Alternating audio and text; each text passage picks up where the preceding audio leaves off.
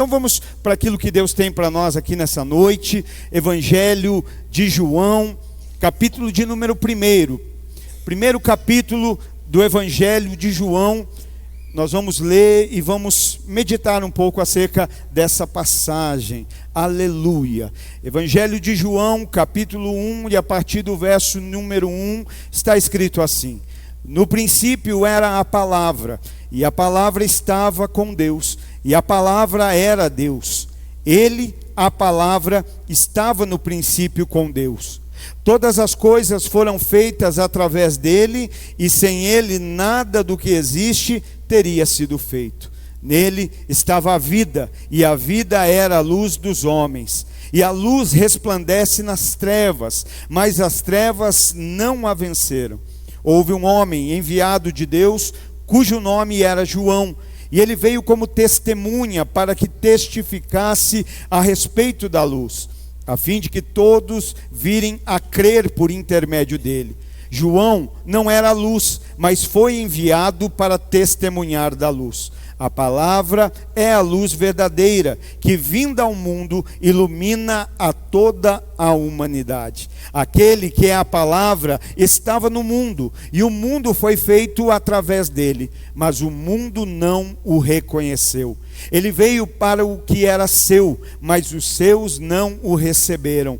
Mas a todos quantos o receberam, deu-lhes o direito de se tornarem filhos de Deus, ou seja, aos que creem em seu nome. Me permita repetir o verso 12. Mas a todos quantos o receberam, deu-lhes o direito de se tornarem filhos de Deus, ou seja, aos que creem no seu nome, os quais não nasceram do sangue, nem da vontade da carne, nem da vontade do homem, mas de Deus. E a palavra se fez carne e habitou entre nós, e vimos a sua glória, glória como a do unigênito do Pai, cheio de graça e verdade. Amém, amém. Antes de assentar, desocupe suas mãos aí e ofereça um forte aplauso ao Deus da palavra, ao Deus Todo-Poderoso. Aleluia.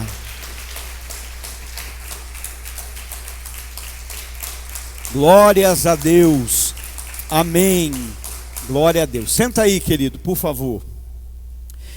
O Evangelho de João, ele é um pouco diferente dos demais evangelhos, dos evangelhos conhecidos como sinóticos, que são evangelhos que têm similaridade. 90% do conteúdo do Evangelho de João é exclusivo. 90% daquilo que João escreve, nós não encontramos nos demais evangelhos. Porque João, ele não se concentrou, ele não enfatizou ali, não foi a ênfase das suas escritas, ele não enfatizou os milagres, ele não enfatizou as parábolas, ele não deu ênfase aos discursos públicos, que foram tão proeminentes nos outros relatos, nos outros evangelhos. Por sua vez, João, ele se concentra, ele dá a maior ênfase, ele mantém ali o centro das suas escritas na identidade de Jesus como Filho de Deus. Essa foi a ênfase dele. Ele destaca a identidade de Jesus como Filho de Deus. E mais do que isso, ele nos ensina, ele nos fala acerca de que nós cristãos também deveríamos praticar, acerca da vida que nós crentes também deveríamos ter. Então, enquanto os outros evangelhos, Mateus, Marcos, Lucas e João, dão maior ênfase nos milagres, nas parábolas, nos discursos públicos que Jesus fazia, João dá ênfase e notoriedade para a identidade de Jesus, para quem Jesus é. Ele fala acerca de quem Jesus é, Filho de Deus. E nesse texto que nós lemos, é isso que está acontecendo. Ele está aqui fazendo esse relato, né? E ele vai falar aqui acerca de Jesus, e ele faz considerações importantes que hoje nós precisamos compreender, que hoje nós também precisamos entender a importância. Então primeiro ele começa ali falando, e ele começa o verso de número 1 com essa citação: no princípio era a palavra. No princípio era a palavra, e essa palavra vem do grego logos, né? Então aqui ele está fazendo referência a Jesus. O referencial, a palavra, Jesus, no princípio era a palavra. Então o que João está dizendo é: Jesus estava no princípio. Jesus estava no princípio. Ele diz mais, né? No princípio era a palavra, e a palavra estava com Deus, e a palavra era Deus. Então ele está dizendo: Jesus estava no princípio, Jesus estava com Deus, né? Essa citação aqui que ele faz. E eu acho interessante porque ele não diz assim, olha, e a palavra, ele não diz e a palavra foi, ele diz a palavra era. Então ele está fazendo uma referência ao quê? Quando ele fala aqui esse princípio, ele está falando de Gênesis 1:1. E no princípio criou Deus os céus e a terra. E João está dizendo: Jesus estava no princípio, Jesus estava com Deus, né? Então qual o referencial ele nos traz aqui? Que Jesus é eterno. Aqui ele fala acerca de Jesus ser eterno. Olha que apresentação maravilhosa que João faz acerca do nosso Redentor, do nosso Salvador, do nosso Senhor Jesus, né? Jesus estava no princípio, na criação de todas as coisas. Ele não foi, ele era, ou seja, ele estava dizendo, ele não foi criado, ele já existia, ele já estava ali. Jesus não passou a existir, ele já existia, ele sempre existiu, ele é eterno. O nosso Redentor, o nosso Salvador, o seu Redentor é eterno.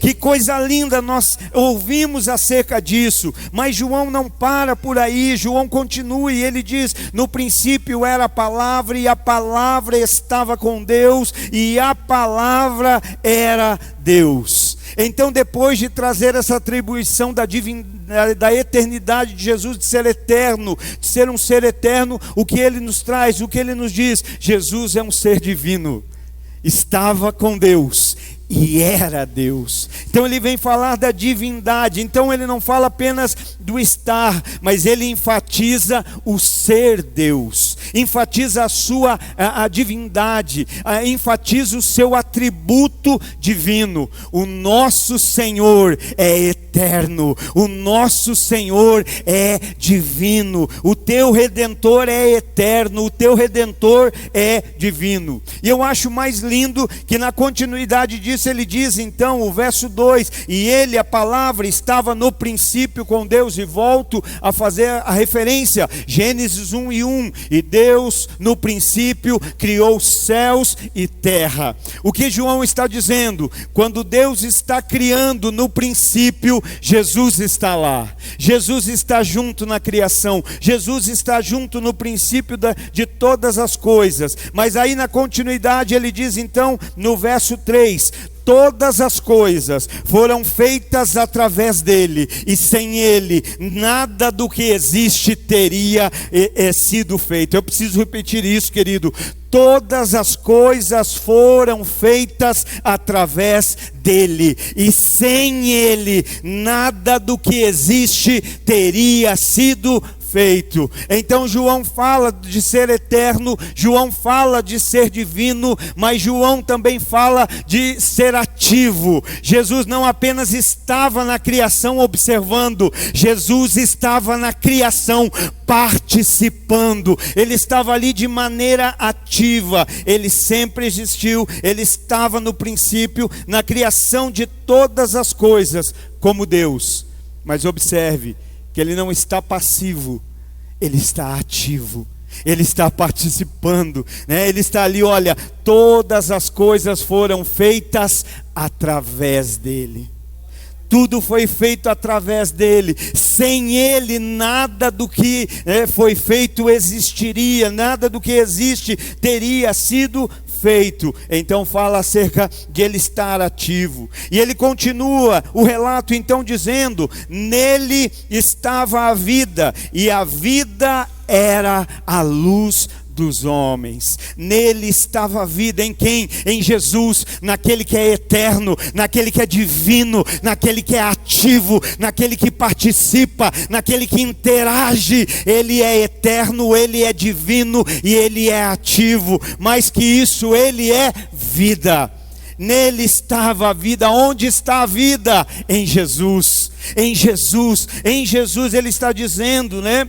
João ainda diz isso, ainda que ele é a vida, ou seja, tudo quanto existe hoje passou a existir a partir de Jesus. Só passou a ter vida por conta de Jesus. Sabe por que hoje estamos aqui? Porque Jesus nos deu vida. Sabe por que hoje respiramos? Porque Jesus nos deu vida. Sabe por que hoje temos saúde? Porque Jesus nos deu vida. Sabe por que hoje temos força? Porque Jesus nos deu vida. Ele é a vida. Jesus é a vida. Então só estamos aqui, acredite você, não é por causa de um homem, não é por causa de alguém que cuidou de você, não é por um tratamento, não é por nada natural, é por causa de Jesus, porque Ele é a vida dos homens, Ele é a vida. Então só estamos aqui graças a Jesus. Eu respiro graças a Jesus. Você respira graças a Jesus. A vida que temos é graça a Ele. Então João, em poucas palavras, está dizendo: olha, Jesus, o Redentor, o Salvador, o Messias, é eterno. Sempre existiu, sempre vai existir. Ele é eterno, mas Ele é divino. A palavra estava no princípio, e a palavra estava com Deus, e a palavra era Deus. Tudo, né? E ele estava envolvido com tudo que foi feito. Ele era a vida, mas ele não para por aí. E ele continua dizendo: e nele estava a vida, e a vida era a luz dos homens. A vida era a luz dos homens. Sabe, querido, olha só que referencial, a luz dos homens. Que coisa linda isso. Por quê? Porque uma vida sem Jesus é uma vida sem luz. Uma vida sem Jesus é uma vida em trevas. Olha só o que ele diz, né? Ele diz, Jesus é a vida, e essa vida é a luz dos homens. Então ele não está dizendo Jesus é a luz dos homens. Ele está dizendo Jesus é a vida, e através dessa vida tem luz nos homens. Então não basta ter vida, é preciso ter a luz de Jesus brilhando em nós. É preciso ter essa luz na vida que hoje nós vivemos, né? Nós precisamos dessa luz. Hoje nós não damos muita importância para a luz, não é? A gente não valoriza muito isso. Parece que não é tão importante, parece que não é tão relevante. Mas quer entender a importância da luz? Aleluia. Era para ficar mais escuro, mas tudo bem, faltou uma luz. O que é a ausência de luz? Trevas. Trevas. Quando não tem luz, tem o que? Tem trevas, tem escuridão. E na escuridão a gente não consegue caminhar, a gente não consegue avançar. Se alguém for lá no disjuntor, dá para desligar lá. Isso, vou ajudar vocês. Sem luz a gente vai andar em trevas. Isso, trevas. Sem luz há trevas, escuridão. A gente não consegue enxergar. E na escuridão a gente não avança. Na escuridão a gente não anda. Na escuridão, quando a gente anda, a gente tropeça. Na escuridão, quando a gente caminha, a gente cai.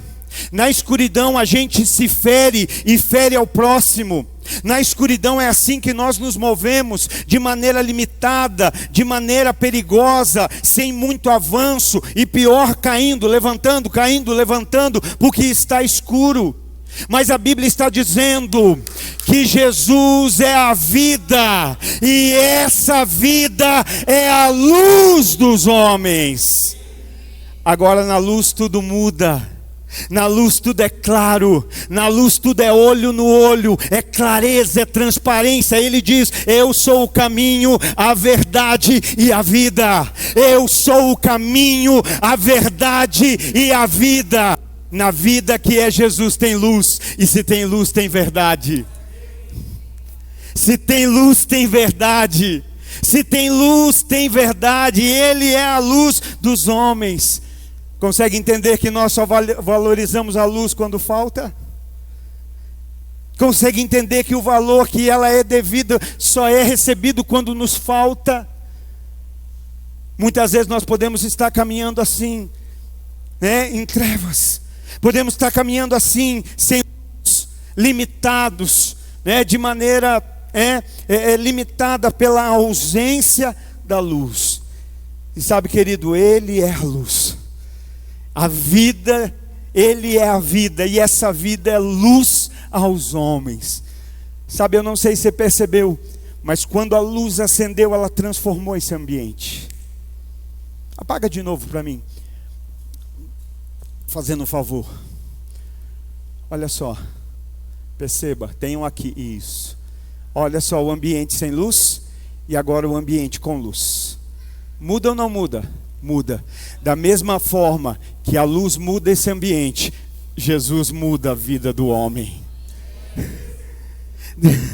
Da mesma forma que a luz brilhando dentro desse prédio muda esse prédio, a luz de Jesus brilhando dentro do homem muda a vida do homem.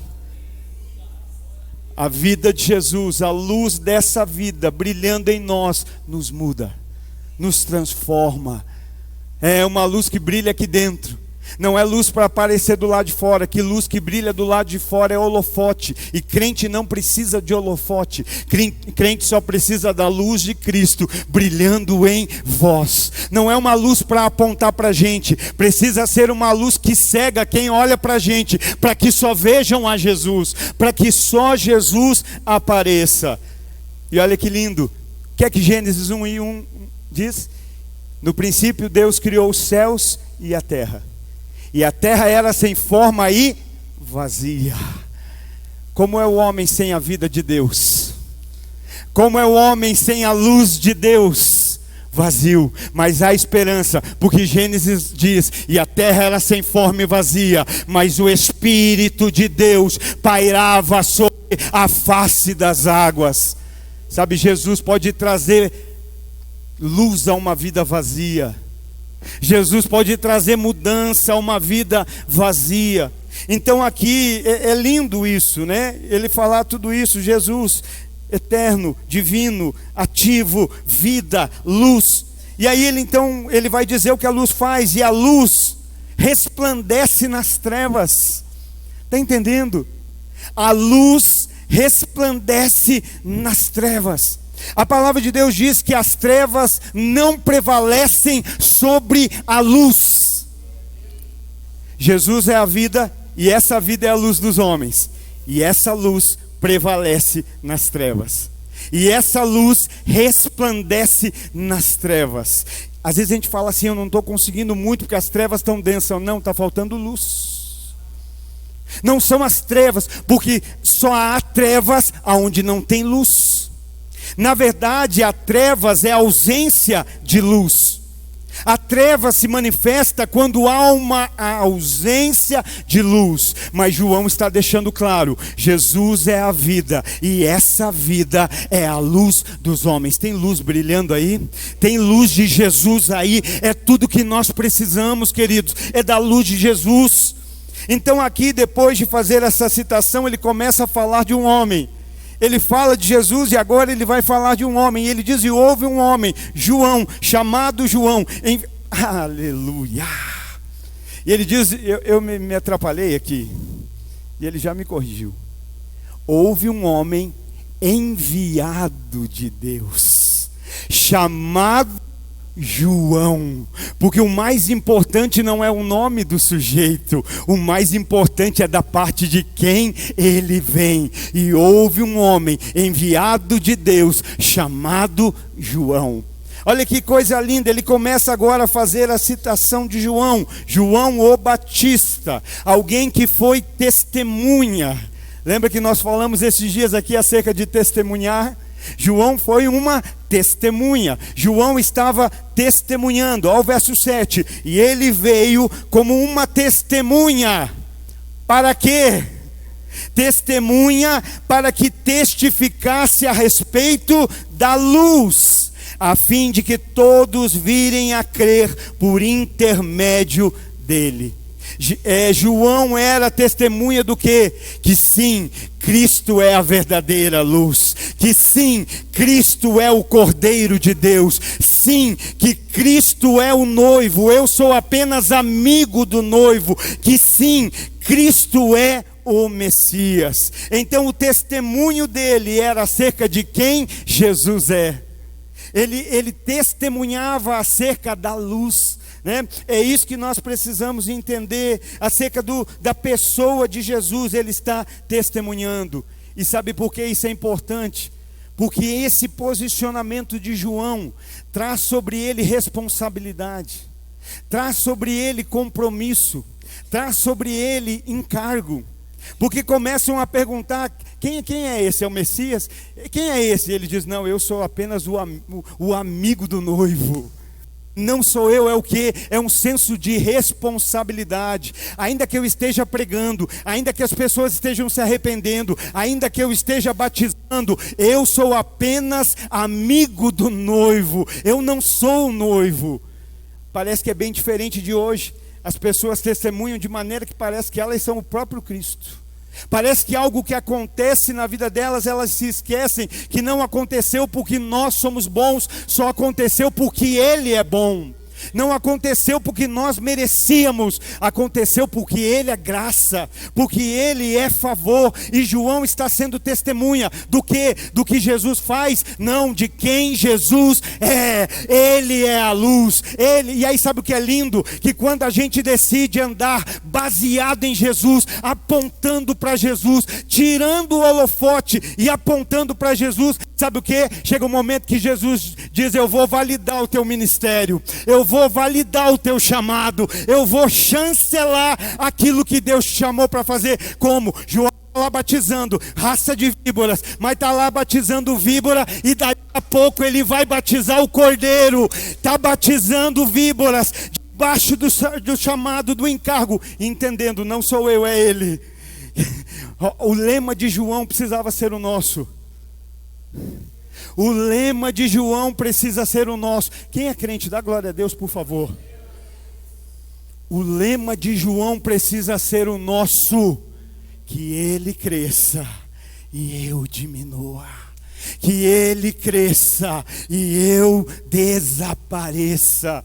João está lá batizando, e agora ele está falando de Jesus no ministério. Mas chega a hora de Jesus: eu quero mostrar que eu estou nesse ministério, eu quero mostrar que eu estou nessa palavra. E João está batizando, e de repente vai estender o dedo em riste e dizer: eis o Cordeiro de Deus que tira o pecado do mundo. Jesus vem ali para quê? João, me batiza. Aponta para Ele. Aponta para Ele. Tudo que nós precisamos é isso, é apontar para quem Ele é a verdadeira luz. Olha que lindo isso traz. E aí no verso 10, vamos lá na continuidade, vamos ler o 8 ainda. João não era a luz, mas foi enviado para testemunhar da luz. A palavra, o Logos, Jesus é a verdadeira luz, que vindo ao mundo ilumina toda a humanidade. Verso 10, aquele que é a palavra estava no mundo, e o mundo foi feito dele, mas o mundo não o reconheceu. Olha aqui a versão da King James 1611, diz assim: e ele estava no mundo, e o mundo foi feito por ele, e o mundo não o conheceu. Vamos lá. E ele estava no mundo, O mundo foi feito por ele, e o mundo não o conheceu. Quantas vezes é citada mundo nessa passagem, nesse versículo? Ele estava no mundo, o mundo foi feito por ele, e o mundo não o reconheceu. Quantas? 3 vezes. E aí nós entendemos assim, é tudo igual, mundo. Não. Você precisa amar a palavra. Você precisa amar a palavra. Você precisa se dedicar à palavra. Sabe por que muitas vezes falta luz na nossa vida? Porque falta a palavra.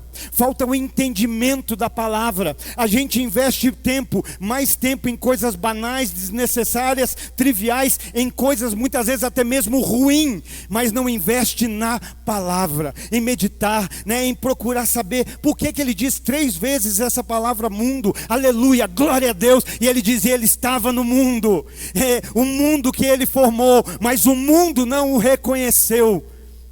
3 vezes mundo. E aí a gente pensa, é tudo igual, mas não é. Primeiro mundo, ele estava no mundo, cosmos. Segundo mundo, o mundo que ele formou, material. Terceiro mundo, não reconheceu, pessoas. Ele estava no cosmos, o mundo material que ele criou, mas as pessoas não o reconheceram. Sabe, quem dera a Deus que nós tivéssemos tanta curiosidade para descobrir as coisas da palavra como temos para descobrir as coisas do mundo, as coisas da vida dos outros. Se a gente cuidasse da palavra como cuida da vida dos outros. Se a gente se aprofundasse na palavra como quer se aprofundar na vida dos outros. Vamos conhecer a palavra, vamos ser luz, vamos mergulhar na luz, vamos mergulhar na palavra. O que ele está dizendo? Ele estava no cosmos, ele estava no mundo material que ele criou, mas as pessoas não o reconheceram. Estava no mundo, o mundo que ele formou, mas o mundo não o reconheceu. Verso 11, aleluia. Ele veio para os seus, mas os seus não o receberam. Ele veio para os seus, mas os seus não o receberam. Aqui, queridos, ele está fazendo a tratativa com o povo judeu, com os judeus, com os filhos de Israel. É aqui que ele está citando isso, né? E eles rejeitaram por quê? Porque faltava provas, faltava evidências do Messias, faltava sinalização. Não tinha todo o Antigo Testamento apontando para a vinda dele. Tinha provas, tinha evidências, tinha sinalização.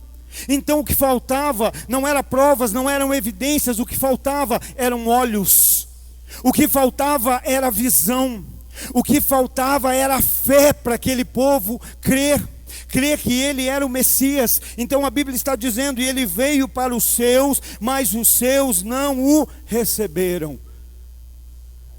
Sabe, parece que não é muito diferente dos dias de hoje. Tem sinalização, sim ou não? Tem. Tem evidências? Tem. Tem provas? Tem. Mas parece que às vezes nós não acreditamos nisso. Parece que nós não estamos recebendo de verdade, né? Parece que isso não está encontrando profundidade em nós. Mas ele está dizendo que os seus o rejeitaram. Ele veio para os seus, e os que eram seus o rejeitaram. E aí nós fomos abençoados, né? Isso foi estendido e nós fomos alcançados por essa graça. Mas aqui entenda o que está acontecendo. O Alisson citou aqui hoje, João 3,16. Deus amou o mundo. Que mundo? Cosmos. Que mundo? Mundo material? Não, as pessoas.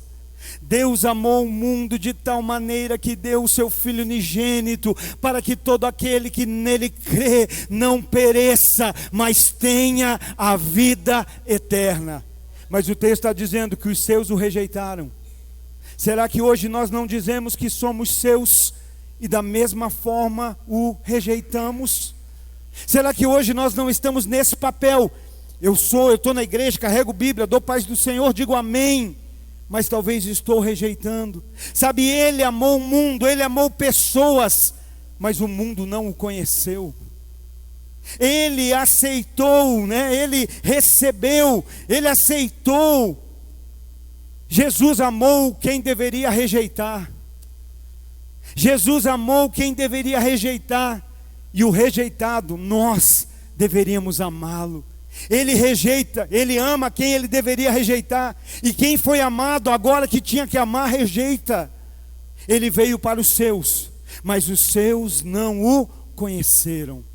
Será que quando a gente está ouvindo uma palavra, irmão, será que a gente está tendo essa sensibilidade à palavra de Deus? Deus está falando comigo, Deus está tocando o meu coração, Deus está trazendo luz sobre a minha vida, porque a luz é boa, mas em certos momentos a luz incomoda.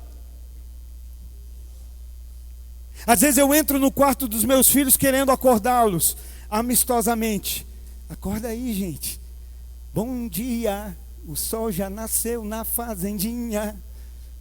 Aí eles não acordam. O que eu faço? Pá! Ô pai, apaga isso aí. Eu só estou querendo despertá-los. Eu só estou querendo tirá-los da cama. Eu só estou querendo dizer: acorda, acorda, acorda, acorda. É hora de levantar, é hora de levantar. Desperta tu que dormes. Amanhã eu vou acordar você assim: desperta tu que dormes. E aí o que a gente quer fazer com o que incomoda? Aquilo que nos incomoda a gente quer apagar. Aquilo que nos incomoda a gente quer arrancar. A gente quer neutralizar, porque está me incomodando. Não, querido, entenda algo nessa noite, no nome de Jesus e debaixo da graça do Espírito Santo. Não confunda confronto com afronta.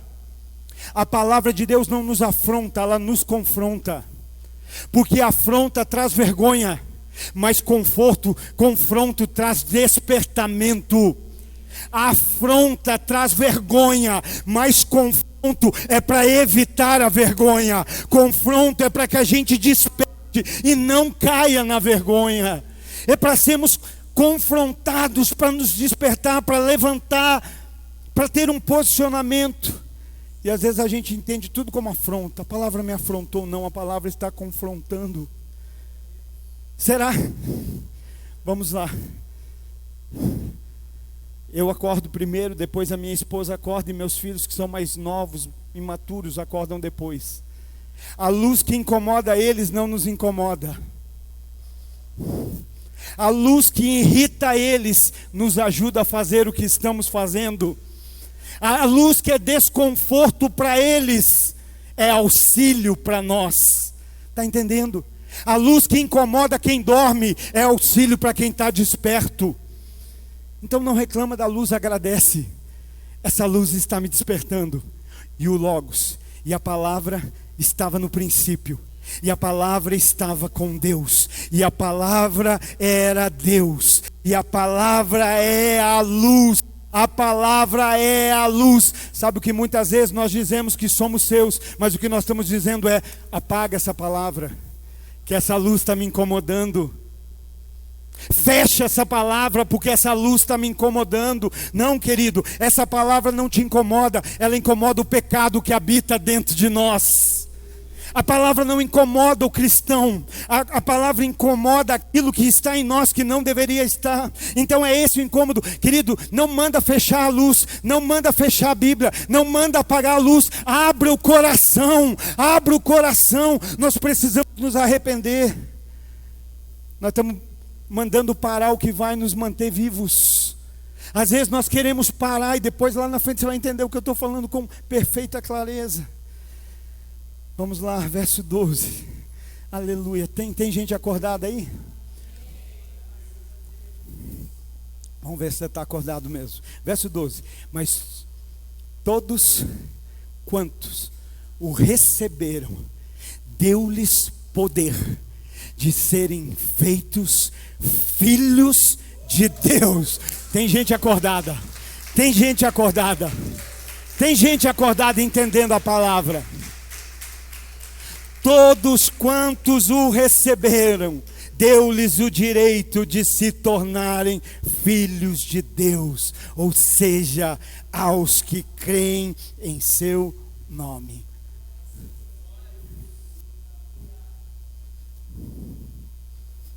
Na afronta, você se sente injustiçado e você para de ouvir. O Espírito Santo não te diz: você foi afrontado, Quem te diz você foi afrontado é o diabo. Porque o Espírito Santo convence. O Espírito Santo não põe lenha na fogueira da discórdia. Não havendo lenha, a fogueira cessa, apaga. Provérbios diz isso. Então o Espírito Santo não coloca lenha na fogueira da difamação, da discórdia. Ele não põe. Então ele não vai dizer, está te afrontando. Ele vai dizer, eu estou aqui para te convencer. Estou aqui para te convencer. A palavra está sendo liberada. Só que quando a gente se sente afrontado, a gente já para de ouvir. Já não ouvi mais nada. Mas hoje, no final do escudo, se precisar, a gente faz um apelo. E você entrega a tua vida para Jesus. E começa a caminhar debaixo da condução do Espírito Santo. Porque Ele vai dizer, aquele que tem ouvidos para ouvir, ouça. Ouça. Ouça. O diabo vai dizer, você é vítima, você não precisa ouvir isso. Mas o Espírito diz, aquele que tem ouvidos, ouça. Aquele que tem ouvidos, abre, ouça, recebe. Então aqui o que ele está dizendo, mas todos quanto receberam, deu a eles poder para se tornarem filhos de Deus, aqueles que creem no seu nome. É aqui que nós precisamos nos posicionar. Entenda algo. Deus é o Criador de todas as coisas. Vou repetir. Deus é o Criador de todas as coisas. Deus te criou. Deus me criou. Deus nos criou. Deus criou todas as coisas, porque Ele é o Criador. Então nós somos seres criados por Deus. O ser humano é um ser criado por Deus. Nós começamos como seres criados, mas não é isso que Ele quer de nós. Somos seres criados por Deus, mas esse não é o fim que Ele tem. Esse não é o fim que Ele deseja, né? Nós começamos sim como criaturas, mas precisamos, não vou dizer nem terminar, porque Ele espera isso antes do fim. Nós precisamos passar a sermos filhos de Deus. Talvez a gente vai entender por que de tanta, aspereza na nossa vida.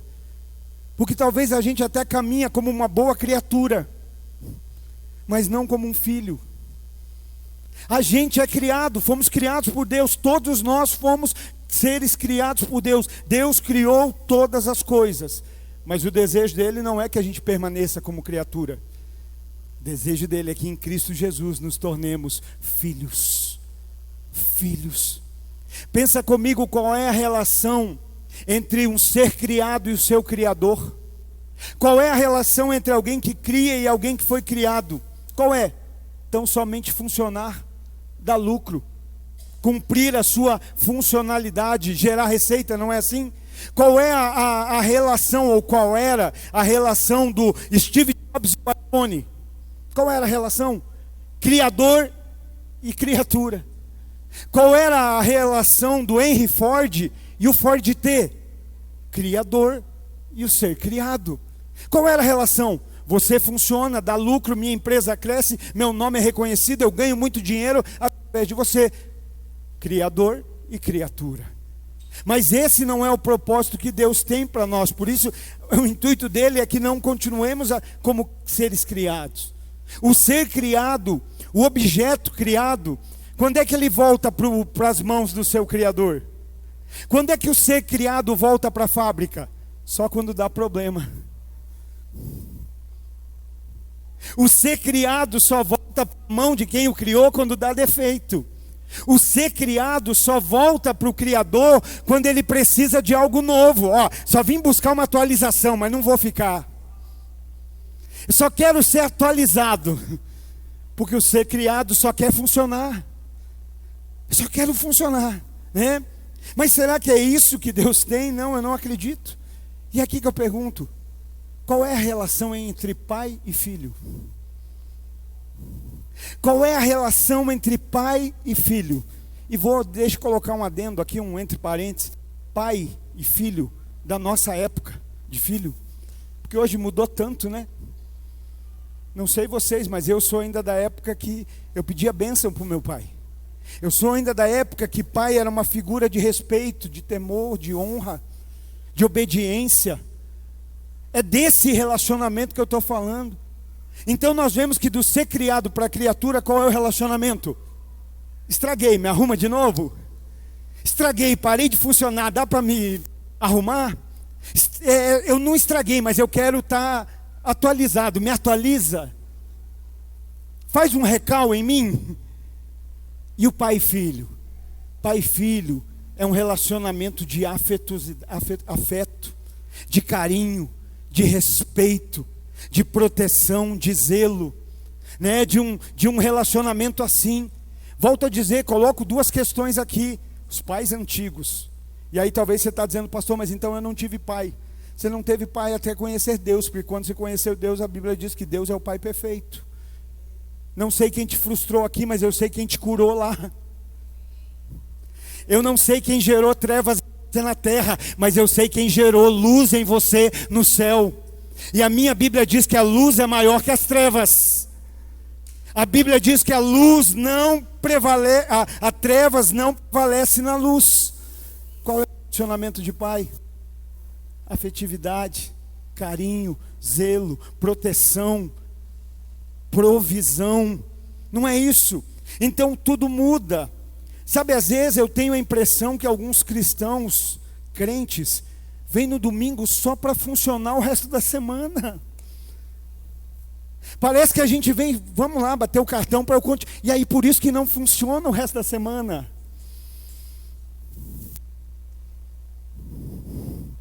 Sabe, a sensação que eu tenho é que às vezes tem crente que só se relaciona com Deus através da oração, através da adoração, através da palavra, em um culto de domingo.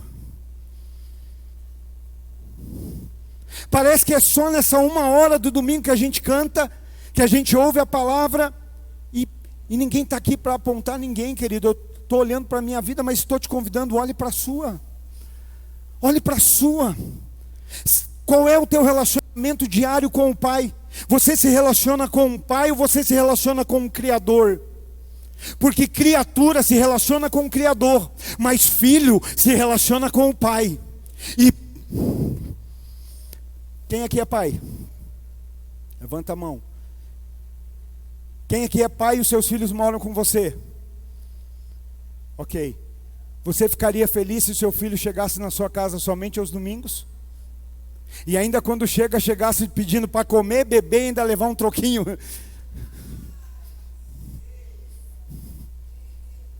Pai, eu quero comer, beber e me dá minha mesada adiantada? Que pai aqui ficaria feliz? Nenhum. Porque tem a ver com relacionamento. Está tudo bem com vocês? Tem a ver com relacionamento, com o relacionar. Criatura e Criador, pai e filho. Volto a dizer, pais tradicionais não tinham alegria maior para o filho do que enxergar o pai. E sabe, querido, eu entendo. Talvez você pode dizer, poxa pastor, mas você não sabe a minha história de pai, nem você a minha. Nem você a minha. Porque é fácil a gente dizer, mas eu sou do jeito que sou, porque eu era de um que eu apanhava muito. Eu nunca sabia porque apanhava, mas meu pai arrumava motivo para me bater. E não foi fácil a nossa vida. Mas cara, terminei, meu pai terminou a vida dele, e vivemos um tempo de coração livre. Porque em Cristo, aquilo que poderia ter feito que me magoasse, Cristo me curou, a ponto de Ele sentar para me ouvir pregar. Só que hoje nós queremos pegar o mal que nos fizeram e dizer, cara, eu sou vítima. Quando você diz que o mal que você sofreu é vítima, você está dizendo, Jesus morreu, mas Ele não levou as minhas culpas sobre Ele. Ele não levou as minhas feridas sobre Ele, porque ela ainda dói aqui. Hoje é noite de colocar na cruz de Jesus as feridas que ainda doem em você, as feridas que ainda te fazem Meu irmão, você já foi abraçar alguém ferido? Vai dar um abraço em alguém machucado. Você faz assim, não é? Ela não se defende porque você vai machucar. Ela se defende porque ela está machucada. Mas a minha Bíblia diz que Ele tomou sobre si as nossas culpas, as nossas enfermidades, as nossas dores. Eu só estou querendo me defender das dores que ainda são minhas. Porque se eu já entreguei para Jesus, hoje aqui o que tem é só cicatriz. Só cicatriz. A pastora passou por uma cirurgia, vocês sabem, ela tem uma cicatriz aqui, ó. Um dos melhores médicos, pensa no médico maravilhoso de Curitiba, um dos melhores médicos que eu já vi, irmão. Na época nós pagamos, e ele falou: eu vou fazer em você uma cirurgia, a plástica que vai ser feita ali não vai ficar nada. Terminou todo o procedimento, eu fiquei lá, eu só pude... Não, a cirurgia foi da coluna, da cervical. Só que para fazer o procedimento aqui na cervical, eles fazem um corte aqui, eles arrastam a carne e fazem por aqui. Traz a carne para o lugar e fecha. E ele falou: eu vou fechar e vou fazer de tal forma que não vai parecer que você fez cirurgia. Ela fez, passou o dia inteiro eu lá, terminou. Ele disse: hoje você não vai poder ver ela porque ela está sedada, vai para o quarto, mas amanhã cedo. Quando eu fui ver ela, a primeira coisa que eu olhei era a cicatriz aqui. E eu falei: meu Deus, e agora essa mulher? Mulher, né? E aí eu olhei para ela: está tudo bem? Ela está. E eu falei: e essa cicatriz? Ela falou: Jesus já me fez entender. O médico procurou ela depois e falou: olha, a gente vai refazer, porque não vai ficar marca nenhuma. Ela falou: não, senhor, não vai refazer nada. Ele disse: você não está entendendo, eu não vou cobrar para fazer. Ela falou: não está entendendo, senhor. Essa cicatriz, eu me lembrar daquilo que em Cristo eu venci. Cicatriz não dói, irmão. Cicatriz é só lembrança do que você superou. O que está doendo hoje não é a cicatriz, é a ferida que ainda está aberta. O que dói ainda é a ferida. E o que ele disse? Não, vamos lá, vamos para o texto? Olha, o que eu vou fazer é para alguns. É para alguns queridinhos que eu tenho.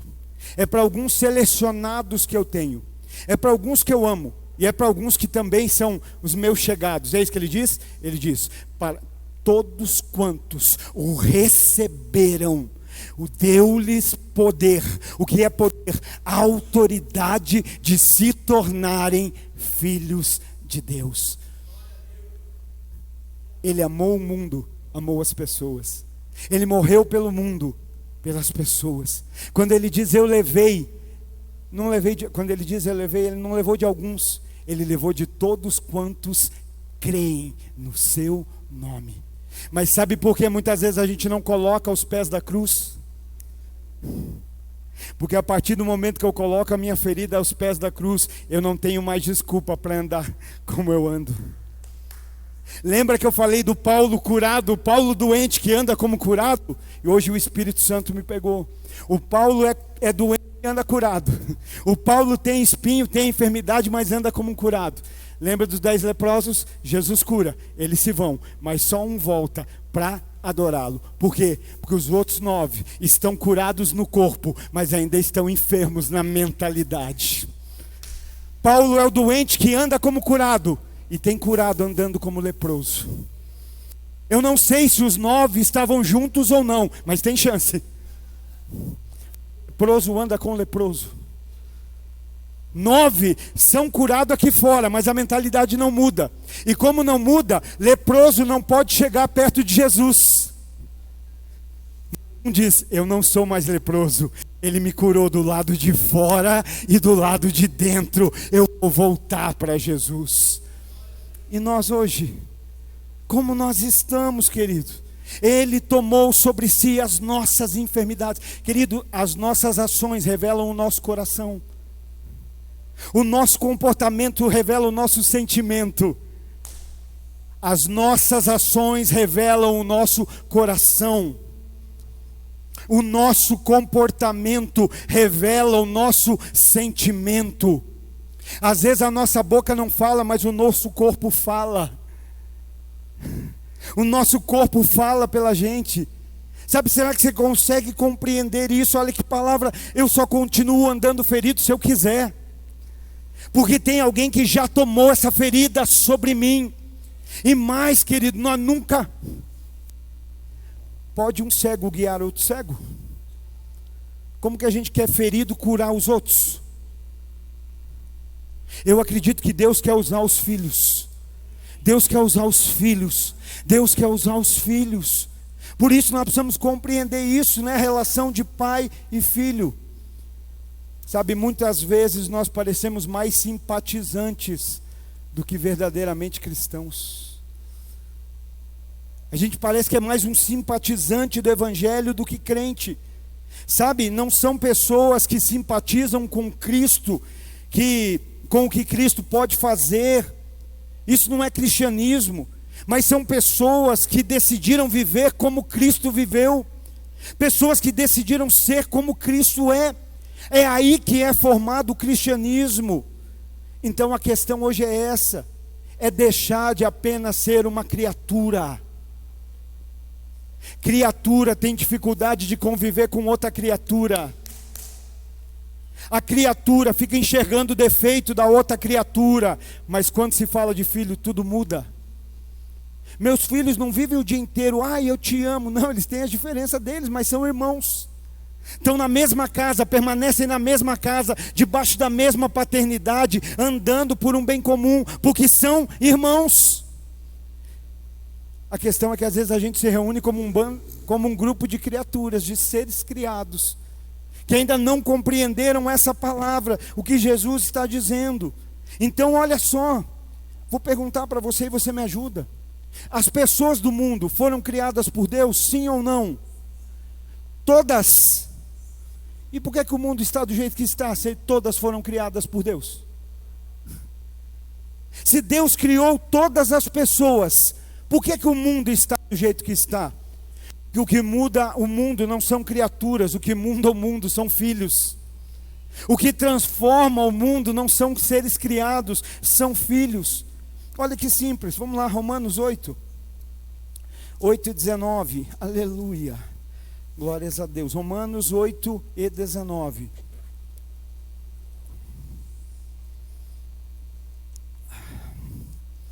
Romanos 8 e 19. A própria natureza criada. A própria o quê? A própria o quê, irmãos? Natureza criada.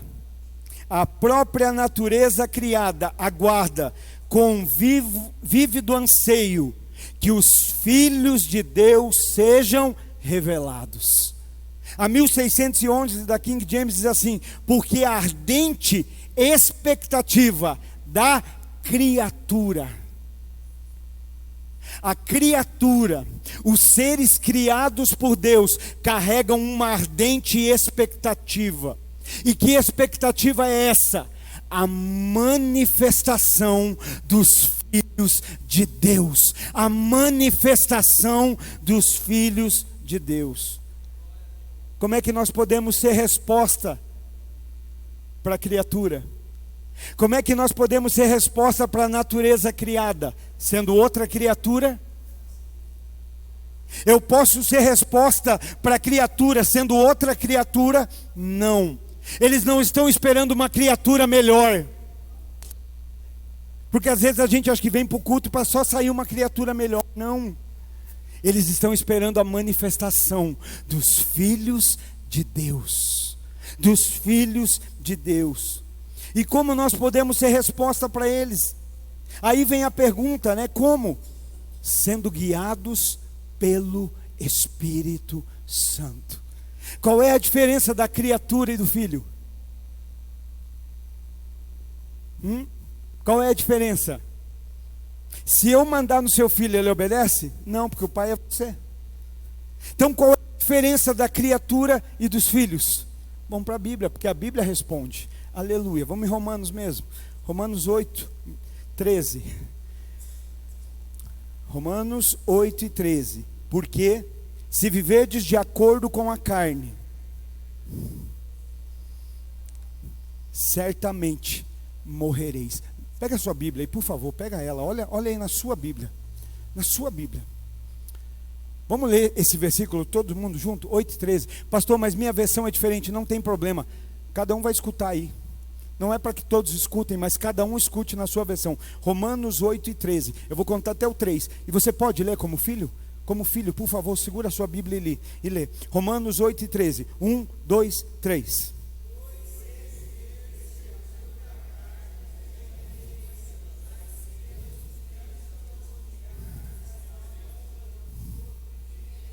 Amém. Aí você vai dizer assim, pastor, ninguém entendeu. A minha pergunta é, você entendeu?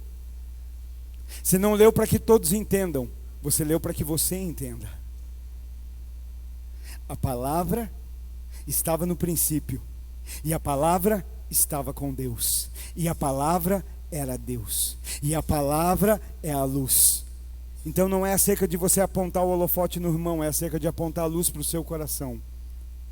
A tua palavra é lâmpada para os meus pés e luz meu caminho. Se viverdes pela carne, tem uma sentença: morte, morrereis. No entanto, se pelo Espírito viverdes, morrer os atos do corpo, fizerdes morrer os atos do corpo, vivereis. E o verso 14, que responde a nossa pergunta: como ser a diferença? Como ser luz aí fora? Verso 14: porquanto todos que são guiados pelo Espírito de Deus são filhos de Deus.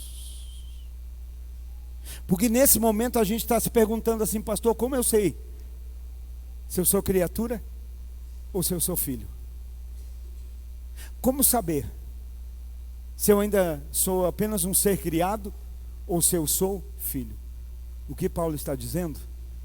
Paulo está dizendo assim: todos aqueles que são filhos,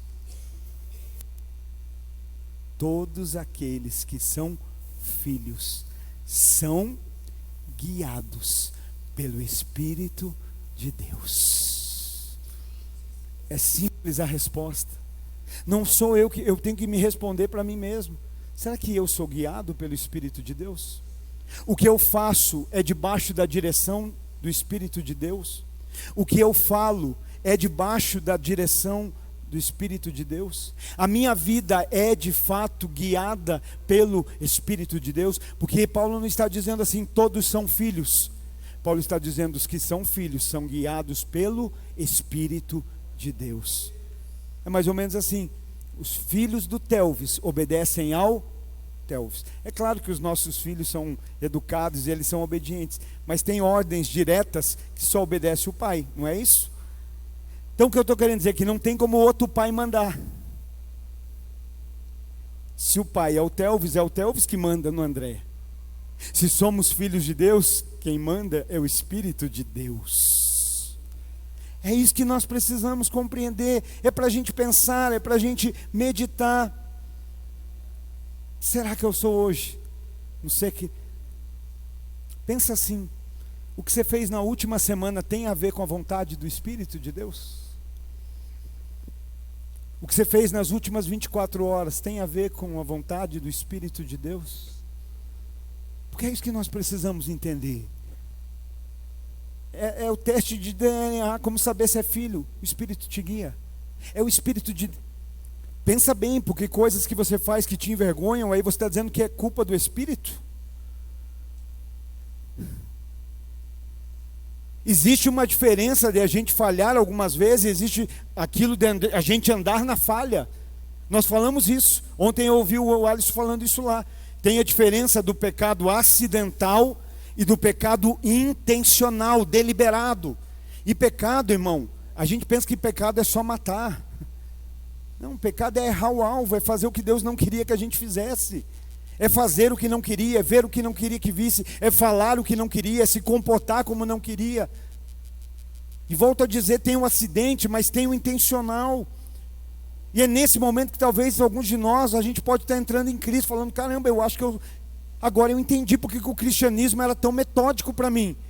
Porque talvez eu sou essa criatura que ainda está tentando se adaptar. Mas criatura não se adapta ao Evangelho. A criatura não vai se adaptar à palavra. Por quê? Porque a criatura só quer aquilo que é bom para ela. A criatura só vai querer o que lhe convém. Agora o filho quer fazer a vontade do pai. O filho quer viver o que o pai quer. É nesse momento que a gente pode estar pensando: caramba, pastor, eu estou quase convencido que eu sou só uma criatura. Talvez uma boa criatura, mas Deus não quer isso. Jesus não morreu para criaturas. Jesus morreu para nos tornar filhos.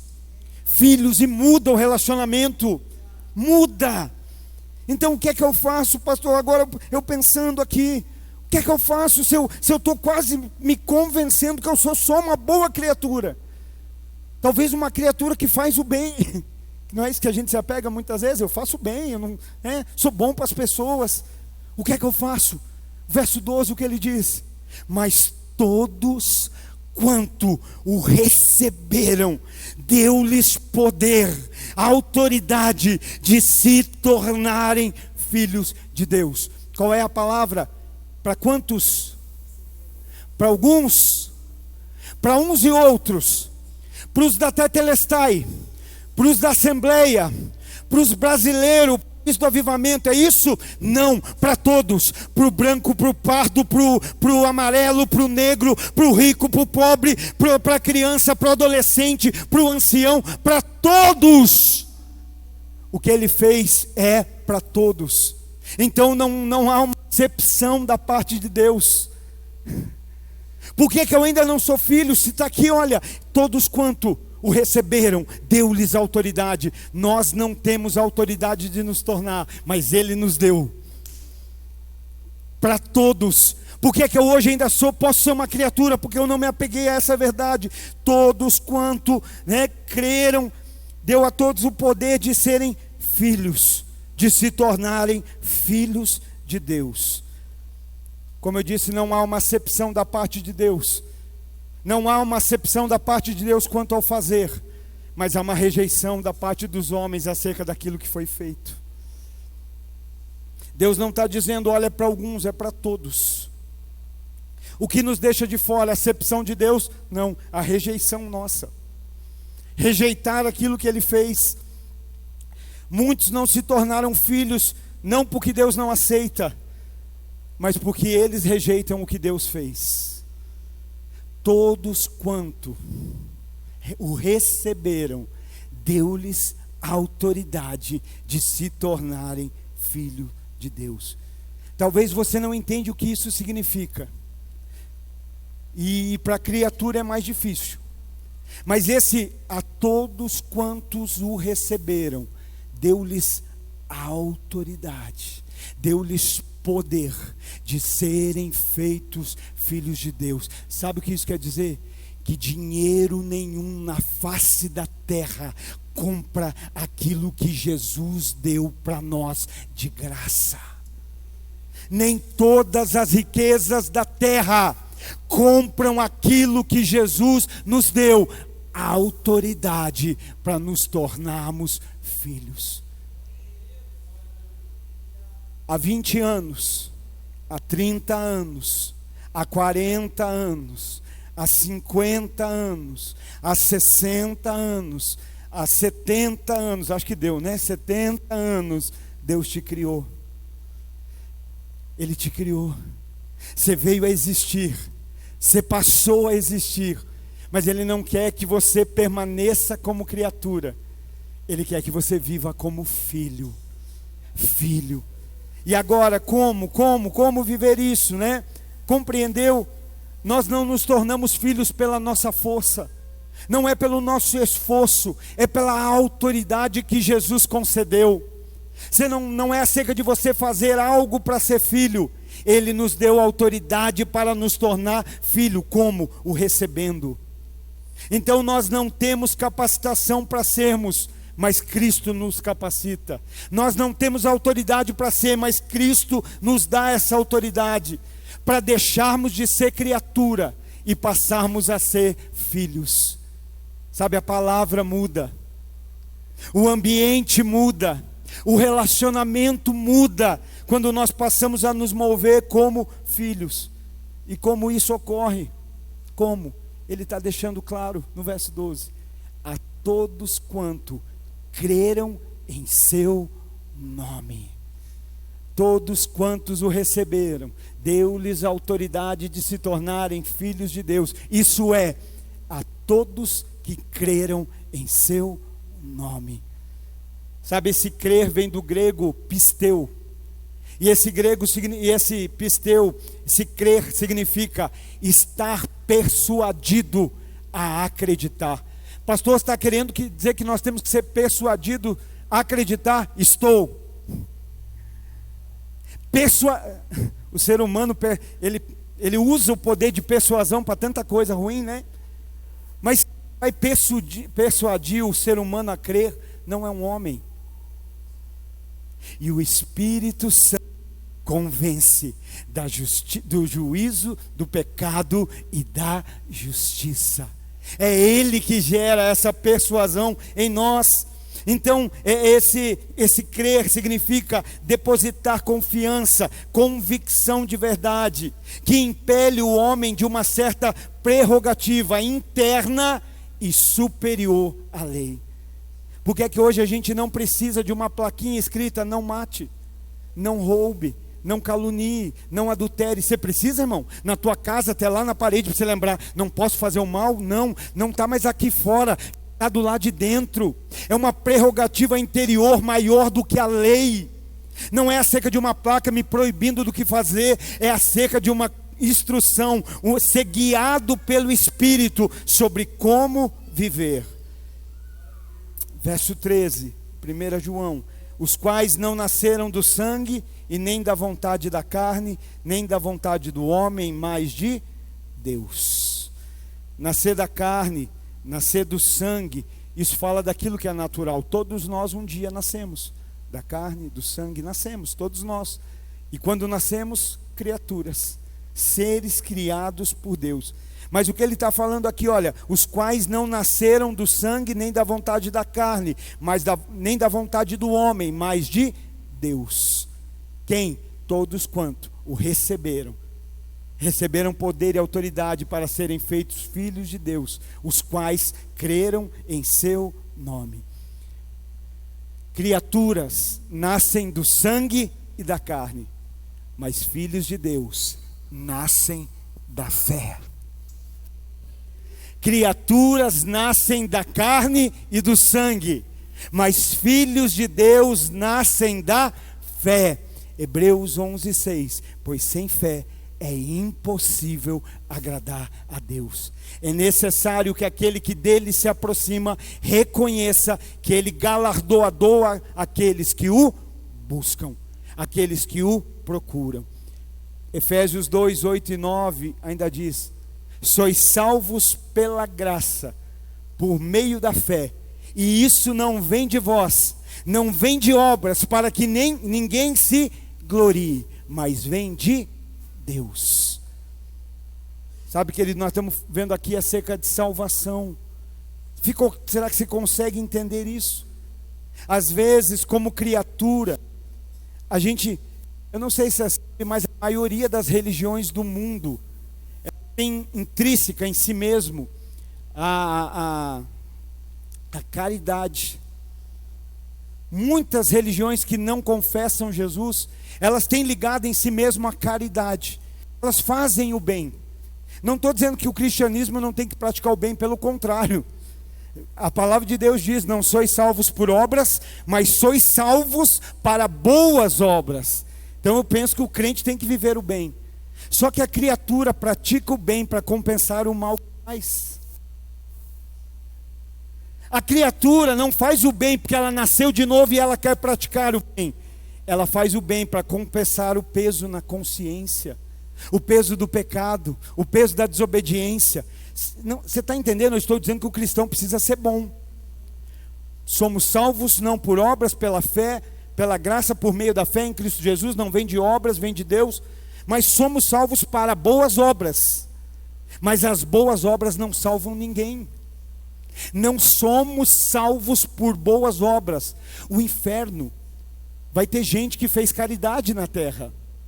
O inferno vai ter gente que fez coisas boas na terra. O inferno vai ter gente que ajudou aos outros, mas que não creu. E porque não creu, não recebeu. E porque não recebeu, não recebeu autoridade para se tornar filho de Deus. O que Efésios 2, 8 e 9 diz? Sois salvos pela graça, por meio da fé. E isso não vem de vós, e ele deixa claro, não vem de obras, para que ninguém se glorie. Às vezes a gente faz boas obras para tirar o peso da consciência. Às vezes a gente faz boas obras para se sentir orgulhoso do que fez. Olha o que eu fiz. Que a Bíblia diz que uma mão não saiba o que a outra fez. Glória a Deus. Então às vezes a gente pode estar correndo esse risco de viver da mesma forma. Ou seja, Deus pode ser o Criador e não ser o Pai. Deus pode ser o Criador e não ser Pai. Nós podemos ser criaturas e não ser filhos. Mas hoje a decisão é nossa. Porque aqui em João ele não coloca restrição. Olha, vai lá, muda de vida, transforma e aí eu te aceito. Não, todos quanto receberam. É de graça, é pela graça, por meio da fé, o crer. Jesus não é só meu Salvador, Jesus é o meu Senhor. Eu não quero ser só criatura, eu quero ser filho de Deus. Acredite, no relacionamento como filhos, o nosso culto muda. A nossa obediência à palavra muda. O que nós estamos... Fica de pé, por favor. O que nós estamos vendo nos dias de hoje? As pessoas dizendo assim: mostra para mim se tal coisa é proibida. Escuta, fazer tal coisa é proibida? Eu posso ou não posso? O que a Bíblia diz? E aí, se na Bíblia não tiver escrito não, ela fala, então eu posso fazer. Não é assim?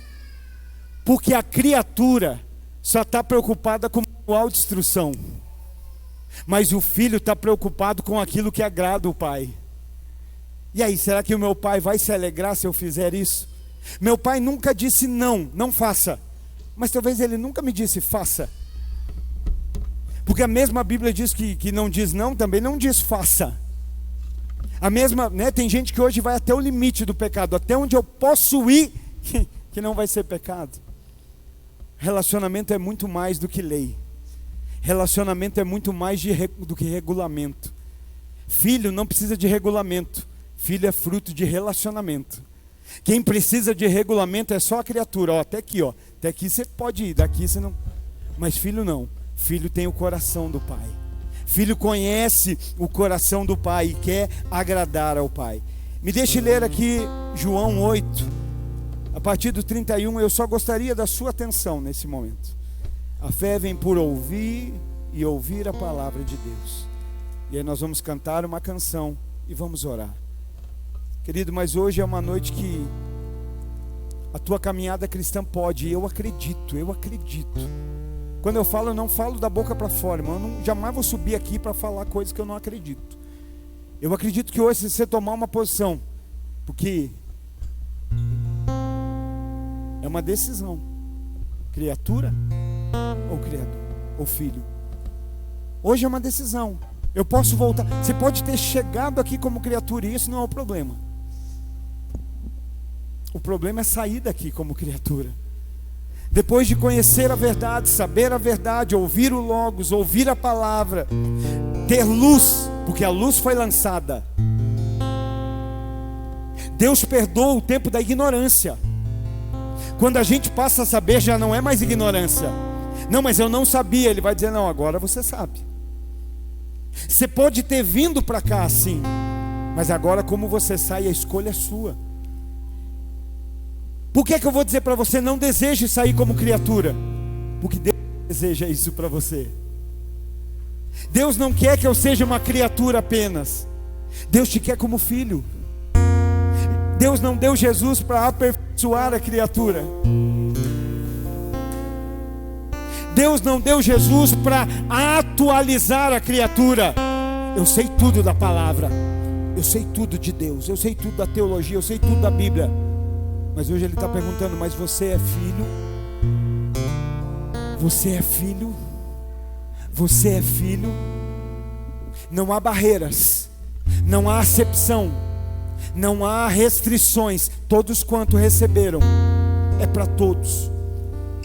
João 8 e verso 31 em diante, e eu vou ler. Então dizia Jesus aos judeus que nele creram. Com quem Jesus está falando? Com quem crê. Então Jesus dizia aos judeus que nele creram: vocês permaneceres a minha palavra, verdadeiramente sois meus discípulos. Alguém que é filho, quando vai fazer algo e tem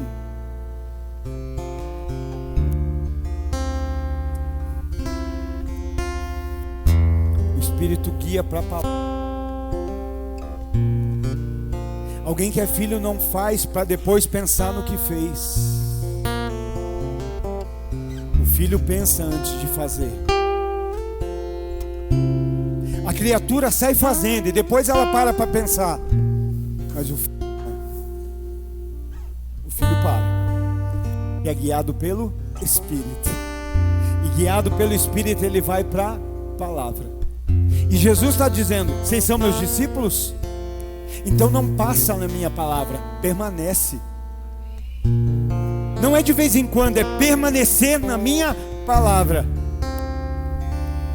Verdadeiramente sois meus discípulos, e conhecereis a verdade, e a verdade vos libertará. E eles responderam-lhe: não somos a semente de Abraão, nunca fomos escravos. Às vezes a gente está pregando e está dizendo isso: essa palavra não é para mim. Isso aí é para qualquer. A gente não fala? Cadê aquele irmão que não veio hoje, né? Era para ele. Querido, Deus não é disléxico. Deus fala com quem está presente. Deus não vai falar com o ausente. Deus fala com a gente. É comigo, é com você, é com a gente. Nós somos semente de Abraão e nunca fomos escravos de nenhum homem. Que eles estão dizendo: eu sou livre. O nosso problema hoje não é ser escravo, é achar que somos livres. O que compromete o nosso cristianismo é achar que somos livres demais. Como dizes tu, sereis feitos livres? Respondeu-lhe Jesus: na verdade eu vos digo,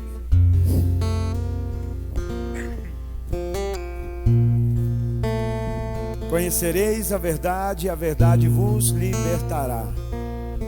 Jesus, nós somos sementes de Abraão, filhos de Abraão. Nós não somos escravos de nada, nem de ninguém. E como o Senhor diz, o Senhor está dizendo: sereis livres. E Jesus vai dizer: na verdade eu te digo que todo aquele que comete pecado é escravo do pecado. Todo aquele que comete o pecado é escravo. Sabe o que Jesus está dizendo? Vocês estão dizendo que são livres, mas não são. Mas eu tenho a receita da libertação. Conhecereis a verdade, e essa verdade vos libertará. A verdade só não pode libertar quem não acredita que precisa ser liberto. A verdade só não tem efeito para libertar quem não acredita que precisa dessa libertação. Por que a gente às vezes acredita mais que alguém vai botar a mão na gente e expulsar e a gente vai ser liberto, do que ler a Bíblia e mudar de vida? Porque demônio a gente expulsa, mas caráter tem que mudar. Demônio a gente fala: no nome de Jesus, sai! E ele tem que sair. E ele tem que sair. Mas e o caráter? Caráter tem que ser mudado à luz. Caráter tem que ser mudado pela verdade. Caráter tem que ser mudado pela palavra. Aleluia. Na verdade eu vos digo: todo aquele que comete pecado é o servo do pecado. E olha aqui, por que é que você precisa hoje deixar de ser criatura, deixar de ser servo, deixar de ser empregado? Deixa eu dizer algo: Deus não precisa de empregado, Deus não precisa de servo. Existe no céu miríades e miríades de anjos. Era só Deus dar uma ordem e eles iam fazer com mais rapidez o que nós não conseguimos fazer. Eles iam fazer com mais eficácia o que nós não conseguimos fazer. Por quê? Porque Deus não está querendo dar atribuição, ou não está querendo dar encargo para anjo. Deus não está querendo dar encargo para servo. Deus não está querendo dar encargo, responsabilidade, funcionário. Deus quer dar comissão para os filhos. Tem coisa que eu não posso fazer, mas eu digo para os meus filhos: vão em meu nome, me representem. Eu não vou poder estar lá, mas meu filho está. Deus pode contar com você como filho. Às vezes a gente é um bom funcionário, a gente é bom agregado, um bom servo, mas Deus não quer nada disso. Por quê? Porque o servo não permanece para sempre na casa. O servo não permanece para sempre na casa, mas o filho permanece para sempre. O servo não permanece sempre, mas o filho permanece. Se, pois, o filho vos libertar, verdadeiramente sereis livres. Jesus continua: eu sei que sois sementes de Abraão. Vamos lá. Você está aí? Desarma. Lembra que o corpo fala? Vocês são semente de Abraão, filhos de Abraão. Mas olha o que Jesus vai dizer: mas sabe o que vocês querem fazer? Vocês dizem que são semente de Abraão, contudo, vocês procuram matar-me. Vocês estão buscando matar-me. Por quê? Porque a minha palavra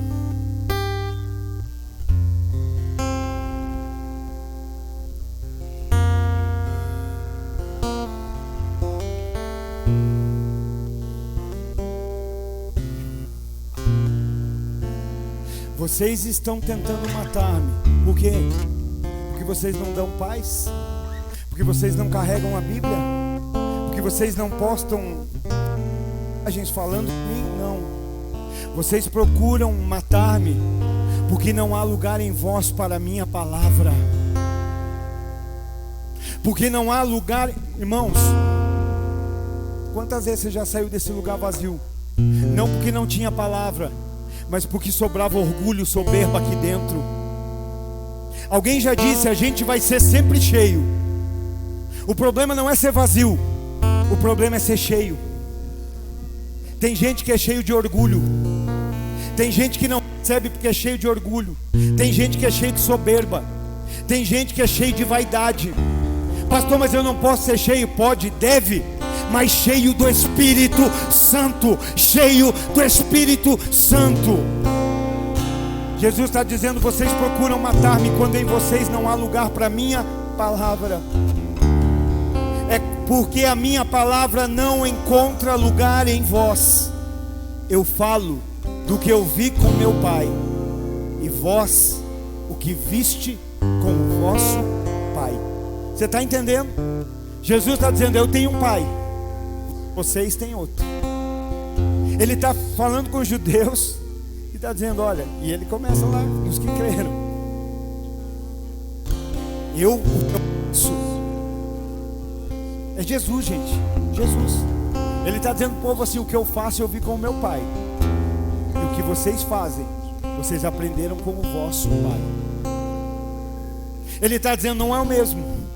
Eu não vou ler lá até a hora que ele fala que vós sois filhos do diabo, tá bom? Só deu spoiler, mas eu não vou ler, fica calmo. Mas ele vai dizer para eles. E eles responderam e disseram-lhe: nosso pai é Abraão. O que nós dizemos?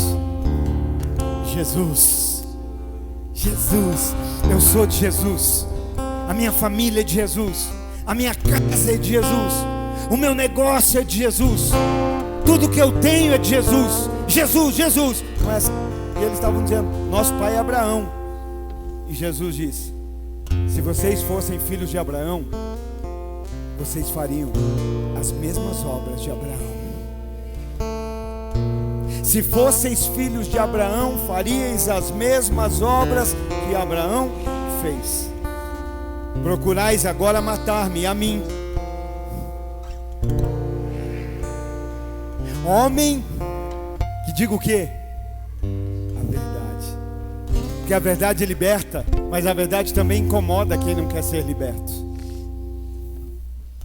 A verdade não veio para incomodar, a verdade veio para libertar. Esse é o propósito. O que liberta é a verdade e não a complacência. O que liberta é a verdade e não a aceitação. Não é? Hoje a gente não pensa assim, preciso que me aceite como eu sou. Se Ele nos aceitasse como nós somos, Jesus não precisava ter morrido, gente. Quando a gente fala assim, que Ele precisa me aceitar como eu sou, então Jesus foi para a cruz em vão. Deus não nos aceita como a gente é, por isso Jesus morreu. Por isso Ele morreu por seres como nós. Mas o problema é que hoje o que a gente faz? A gente tem duas escolhas diante da verdade: deixá-la me libertar ou vê-la como incômodo. E eu quero apagar essa luz, eu quero matar esse homem, eu quero silenciar essa voz. Não, querido, vai sempre existir aqui um Mardoqueu dizendo: eu conheço o coração do rei, e eu sei como você pode se apresentar diante dele, eu sei como te aproximar dele, eu sei como você fazer a vontade dele. Vou dizer uma coisa para você: se você está esperando essa voz silenciar para você ficar confortável aqui, vou dizer, você nunca vai ficar confortável aqui, porque essa voz não vai cessar. A verdade que te liberta, é a verdade que te liberta, é a verdade que nos liberta. Nós precisamos dessa verdade, nós precisamos. Tem quem se incomode com a verdade, mas tem quem dá graças a Deus pela verdade. Procurais agora matar-me a mim, o homem que vos tenho dito a verdade, que tenho ouvido de Deus. Isto Abraão não fez.